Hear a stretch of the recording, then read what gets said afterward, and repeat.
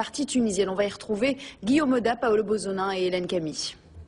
Premier point, c'est évident sur nos images, le drapeau vert flotte toujours sur ce poste frontière de Deiba, à 200 km au sud de la côte méditerranéenne. C'est un signe clair d'allégeance de ces hommes, de ces douaniers libyens, au régime du colonel Kadhafi. Deuxième point, c'est cette scène hallucinante à laquelle nous avons assisté en fin d'après-midi avec Paolo Bozonin et Hélène Camille, un hélicoptère qui approche du poste frontière libyen, un Chinook donc de l'armée libyenne, qui, manœuvre de provocation ou non, survole le territoire tunisien.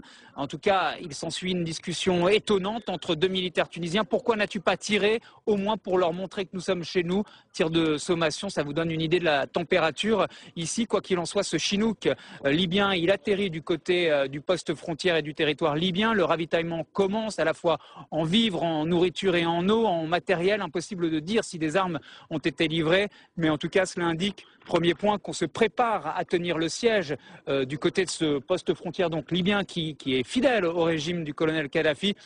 Et puis le deuxième point, c'est que le régime de Tripoli continue à repositionner ses pions le long de la frontière sud et notamment à proximité de cette ville de Naalout, 20, 30 000, peut-être 40 000 habitants qui est tombé aux mains des insurgés, mais que selon nos informations, le régime de Kadhafi chercherait ce soir à reprendre par les armes. À peine arrivé au ministère des Affaires